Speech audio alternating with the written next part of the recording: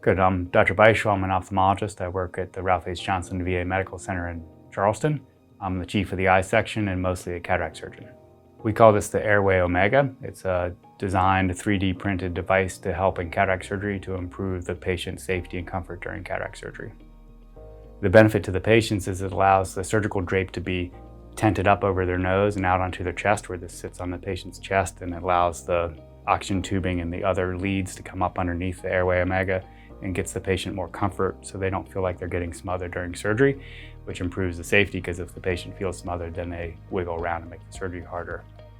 The benefit to the VA is that this is a way better device. It's specific, it's designed for this, it's reusable, inexpensive, and it works great. We've been using it for over a year. I think it's key that it's devised for this. We designed it on purpose because there's so many other modifications that have been used in other operating rooms, everything from AutoZone funnels to pieces of refrigerator racks, things with golf balls on them. Every eye surgery room in the United States is using something like this, but nothing specifically designed for it.